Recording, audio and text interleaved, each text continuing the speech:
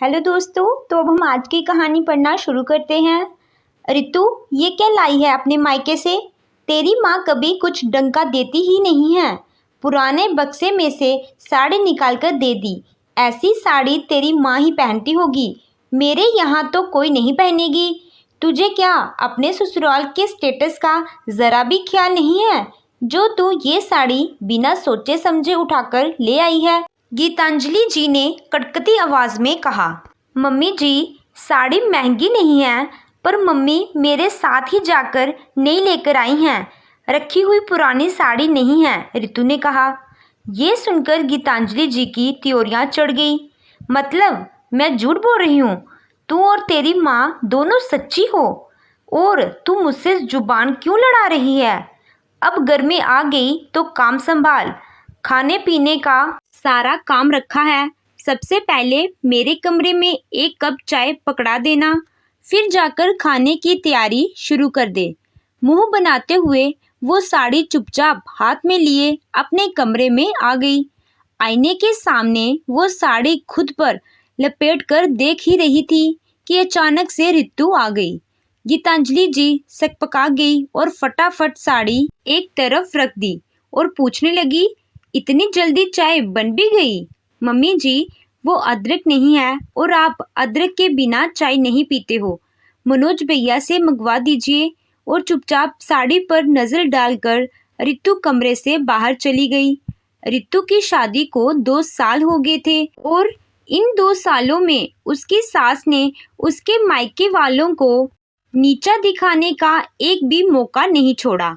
हर बात में उनको दोषी ठहराना उनकी आदत हो गई थी। रितु भी चुपचाप सुन लेती थी, क्योंकि उसका पति अपने माता पिता की कमाई पर ही निर्भर था।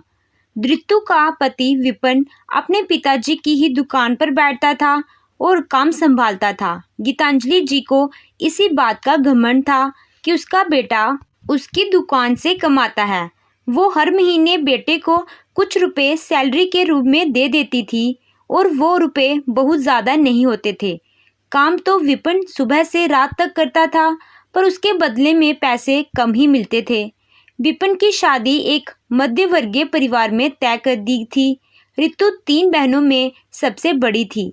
घर वालों ने जैसे तैसे शादी कर दी। आगे भी 2 बेटियों की शादी करनी थी।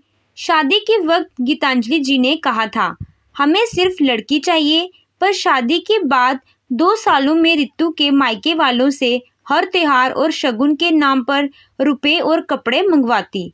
रितु के पापा एक सामान्य कर्मचारी थे। वो ज़्यादा महंगा तो दे नहीं पाते थे, फिर भी बेटी ससुराल में सुखी रहे, उनकी मांग पूरी करने की कोशिश करते थे। पर रितु की सास कभी खुश नहीं होती थी।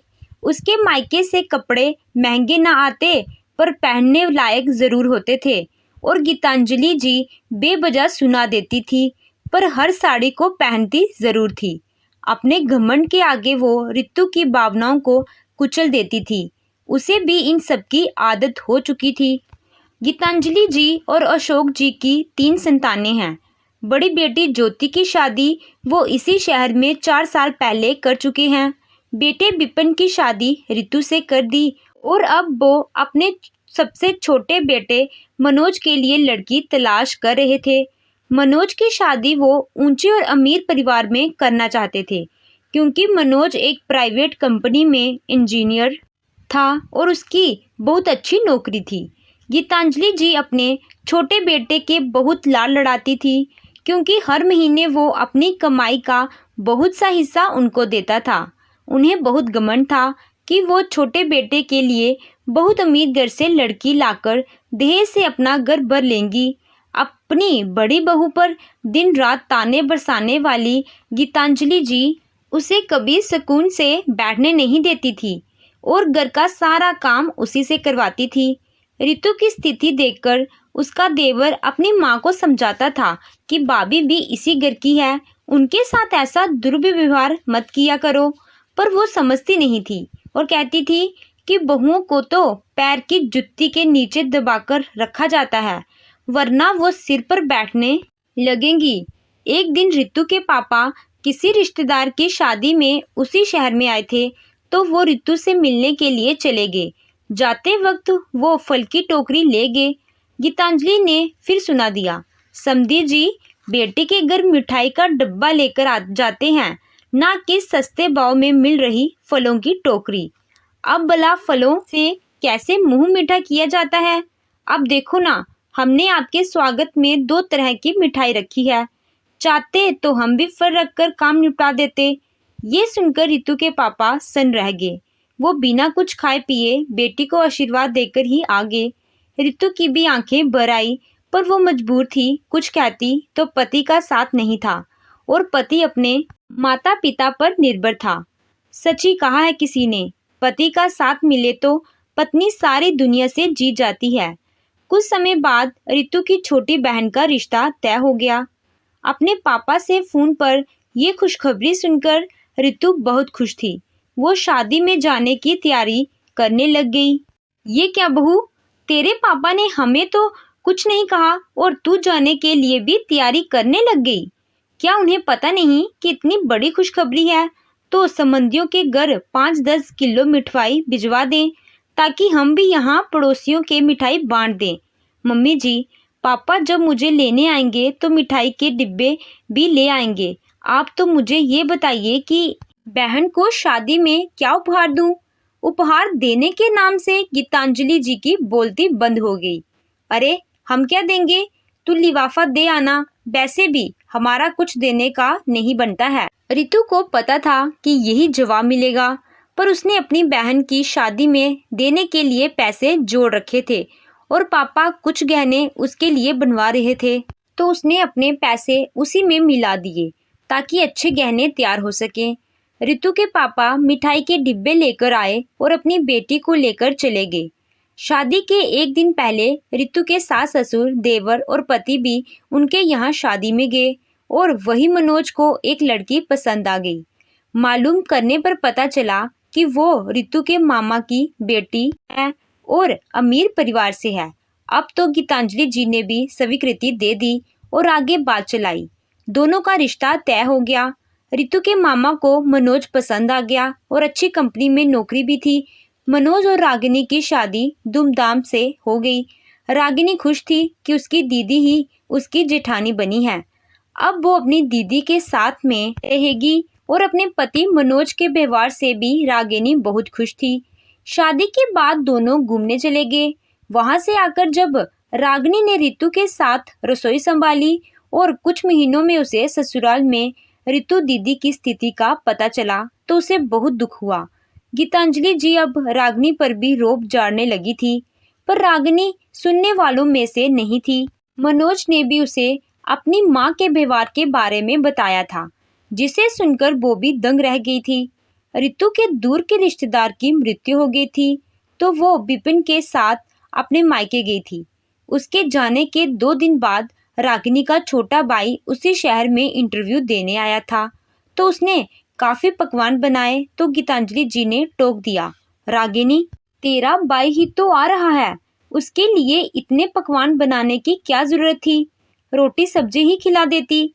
मम्मी जी, मैं हर किसी का सम्मान करती हूँ, वो चाहे मेरे मायके से आए हों या आपके मायके से आए। मेहमान तो भगवान होता है और इज्जत और मान सबका होना चाहिए। और फिर मैं पकवान मनोज की कमाई में से बना रही हूँ, आपको क्यों आपत्ति हो रही है? जब कमाने वाला कुछ नहीं बोल रहा है तो आप भी मत बोलिए। जब मैं मायके जाती हूँ तो पूरी आवाभगत होती है, तो मैं भी अपने मायके वालों का सम्मान करूंगी। रागिनी के मुंह से इतनी बड़ी बात सुनकर गीतांजलि जी हक्की बक्की रह गई। वो कुछ कहे बिना रसोई से चली गई। वो आज अपने आप को बहुत अपमानित महसूस कर रही थी। रागिनी ने अच्छे से बाई को खाना खिलाया, तभी गीतांजलि जी बोली, रागिनी तेरे पापा तो इतने अमीर हैं, फिर भी बाई खाली हाथ आ गया, मिठाई नहीं लाया। मम्मी जी, मैंने ही मना कर दिया था, आपको और पापा को डायबिटीज़ है और भैया और रितु दीदी अभी यहाँ नहीं है, हम लोग मिठाई खाते नहीं हैं। तो क्या पड़ोसियों को बांटने के लिए मिठाइयाँ मंगवाती? फिर अभी तो कोई त्योहार भी नहीं है, बहू के घर से हर बार कुछ आए ऐसा ज़रूरी तो नहीं है। अब रागिनी अपनी सास को बराबर जवाब दे देती थी क्योंकि वो दूसरी ऋतु नहीं बनना चाहती थी। उसने ऋतु की गर्भ में जो हालत देखी थी वो उससे काफ़ी दुखी थी और इसीलिए ही वो अपनी सास को सबक सिखाना चाहती थी। अब गीतांजलि जी कुछ कहने से पहले 100 बार सोचने लगी थी। जितनी आसानी से वो ऋतु को और उसके मायके वालों को सुना देती थी, उतनी ही आसानी से वो रागिनी को कुछ भी कह नहीं पाती थी। बी ऋतु ने आने के बाद रागिनी अपने मायके रहने चली गई। कुछ दिनों बाद वो मायके से वापस आई तो गीतांजलि जी ने आदतन पूछा, क्या भेजा है तेरी माँ ने? पहले दिखा फिर अंदर जाएगी। मम्मी जी, मेरी माँ ने सिर्फ मुझे भेजा है और आपके लिए ये छोटा सा उपहार भेजा है। गीतांजलि जी ने उत्सुकतावश खोला तो देखा उसमें नैतिक शिक्षा की किताब थी। उसे देखकर उनकी त्योरियां चढ़ गई। ये क्या मजाक है? मैं इस किताब का क्या करूँगी? कोई महंगी साड़ी नहीं भेजी क्या? ऋतु की मम्मी तो जब भी ऋतु को विदा करती थी साथ में मेरे लिए साड़ी ज़रूर भेजती थी, जबकि वो तो तेरी माँ से भी गरीब है।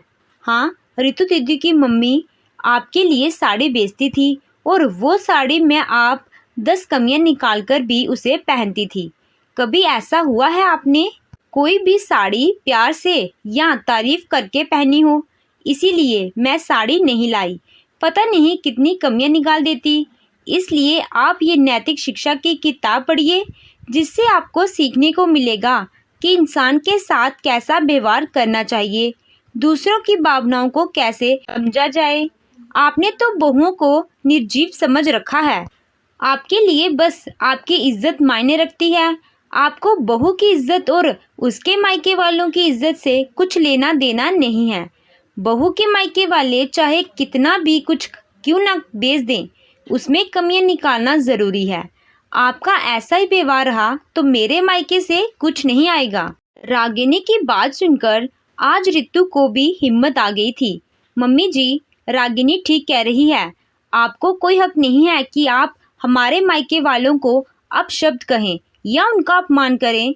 आज आपकी बेटी ज्योति दीदी के ससुराल वाले आपका अपमान करें, आप जाएं तो खाने पीने और उपहार जैसी छोटी सी बात के लिए आपको ताने मारे तो आपको कैसा लगेगा? हर इंसान को अपनी इज्जत प्यारी होती है, वैसे ही हमें भी है। हमारे हर काम में मीन मेक निकाल कर आप हमारी माँ को दोष देती हो कि तुम्हारी माँ ने कुछ सिखाया नहीं। ये क्या बात हुई? अब हम कुछ भी गलतियाँ करेंगे तो आप प्यार से सिखाएं। मायके वालों को दोष देने से क्या होगा? वो तो दोबारा सिखाने नहीं आएंगी। मायके से कोई सामान आए तो आपको 100 कमियां निकालनी है। मायके से कोई आए तो आपको उसका अपमान करना है। जब आप हमारे मायके वालों का सम्मान नहीं करेंगी तो हम आपका सम्मान क्यों करेंगे? इज्जत और मान सम्मान तो सबका होता है। गीतांजलि जी का आज घमंड टूट चुका था। छोटी बहू तो क्या, अब बड़ी बहू भी उन्हें आईना दिखा रही थी। अपनी बहुओं के मुंह से ये सब सुनकर उन्हें गिलानी महसूस हो रही थी। तभी पीछे खड़ा छोटा बेटा मनोज भी बोलता है, मम्मी, रागिनी और ऋतु भाभी कुछ गलत नहीं कह रही हैं। अगर ये दोनों आपका अपमान करें तो मुझे भी अच्छा नहीं लगेगा। ऐसे ही आप इनके मम्मी पापा के लिए बोलेंगे तो इन्हें भी बुरा लगेगा। अब वो ज़माना गया जब लड़की वाले या लड़के वाले अपना अपमान सहन कर लेते थे। आजकल तो सब बराबर है। मान सम्मान दोगे तो मान सम्मान मिलेगा। विपिन भी दुकान से आ रहा था। उसने भी बातें सुनी और अपने भाई की बातों में हामी मिलाई। आज गीतांजलि जी चुप थी। अपने बेटे और बहुओं की बातें सुनकर उन्हें अपनी करनी पर पछतावा हो रहा था और उन्होंने तय किया कि वो बहुओं के मायके वालों के खिलाफ और वहाँ से कुछ भी उपहार आए कभी अपशब्द नहीं बोलेंगी और सदा उनका सम्मान करेंगी। रागिनी खुश थी कि उसने अपनी सासू माँ को सही रास्ते पर ला दिया। दोस्तों, जीवन का एक ही नियम है, जो दोगे पलट कर वो ही वापस मिलेगा। इसलिए मान सम्मान पाना है तो सामने वाले को भी सम्मान देना होगा, वो चाहे बहू के मायके वाले ही क्यों ना हो। हर इंसान सम्मान का अधिकारी होता है। आपको कहानी कैसी लगी कमेंट करके ज़रूर बताएं। कहानी अच्छी लगी हो तो वीडियो को लाइक कीजिएगा। चैनल पे नए हो तो चैनल को सब्सक्राइब कीजिएगा। Thank you.